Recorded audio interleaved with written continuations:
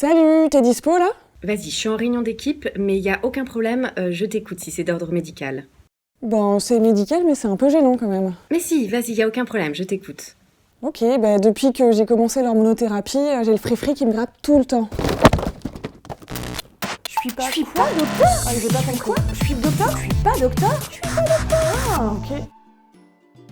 Ah, l'hormonothérapie. C'est quand tu crois que les traitements contre le cancer sont terminés que l'hormonothérapie arrive. Enfin, seulement pour les cancers hormonodépendants. L'hormonothérapie fait partie du parcours de soins après la chirurgie, la chimio et la radiothérapie. C'est des cachets à prendre tous les jours ou une piqûre mensuelle pendant 5 à 10 ans. Et ça permet de te protéger d'une éventuelle récidive. Comment ça fonctionne ? Certaines cellules cancéreuses se nourrissent d'hormones féminines. Ces cellules ont des capteurs. Et lorsque ces capteurs sont au contact d'œstrogènes, elles se multiplient. Par contre, si on stoppe ces récepteurs ou la production d'œstrogènes, le cancer est bloqué. Et bam, il meurt. Et pour bloquer ce processus, il y a différents types de molécules. 1. Le tamoxifène. C'est un comprimé qui bloque les récepteurs hormonaux sur la surface des cellules cancéreuses. Il est le plus souvent proposé aux femmes non ménopausées, parfois aux femmes ménopausées. 2. Les anti-aromatases. Ce comprimé bloque carrément la production d'œstrogènes. Il est donné aux femmes ménopausées. Oui, les femmes ménopausées produisent encore un peu d'œstrogènes. Et aussi à certaines femmes non ménopausées. 3. Les agonistes de la LHRH.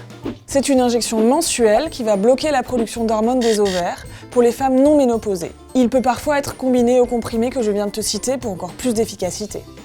Le résultat, l'hormonothérapie permet une protection à long terme. Oui, parce qu'il se peut qu'après les traitements, il reste des cellules cancéreuses dans ton sein ou ailleurs dans ton corps. Cette technique permet donc au corps d'évacuer d'éventuelles cellules cancéreuses qui seraient toujours présentes. Ce qu'il faut savoir, cette technique peut sauver des vies même si elle a de nombreux effets secondaires. Alors, bouffée de chaleur, sueur nocturne et donc insomnie, baisse de libido, sécheresse vaginale, fatigue, prise de poids et pour finir, douleur articulaire. Quel beau programme! Non mais c'est vraiment maîtrisable, juste pour ça, faut en parler à ton médecin. Il y a plein de solutions qui existent et personnellement j'ai testé, ça fonctionne. Alors il y a tous les soins de support, genre hypnose, acupuncture, etc. Le lubrifiant, l'activité physique, et puis parfois même des médicaments qui peuvent vraiment te soulager et améliorer ton quotidien. Il faut également savoir que certaines de ces molécules peuvent entraîner une dégradation de la solidité des os, une augmentation du cholestérol, le cancer de l'utérus ou une thrombose. Ça, c'est une formation d'un caillot dans les veines, des membres ou des poumons. Donc il faut bien suivre tout ça. Ah, dernière chose. L'hormonothérapie ne te dispense pas de méthode de contraception. Même si t'as pas tes règles, ton gynéco saura te conseiller une méthode non hormonale, comme par exemple le stérilet au cuivre ou les préservatifs. En résumé, l'hormonothérapie est un traitement pour les cancers hormonodépendants. Ce traitement arrive en fin de parcours de soins, après la chirurgie, la chimio et la radio. Il est administré sous forme de cachet quotidien ou d'injection mensuelle pour une durée entre 5 à 10 ans.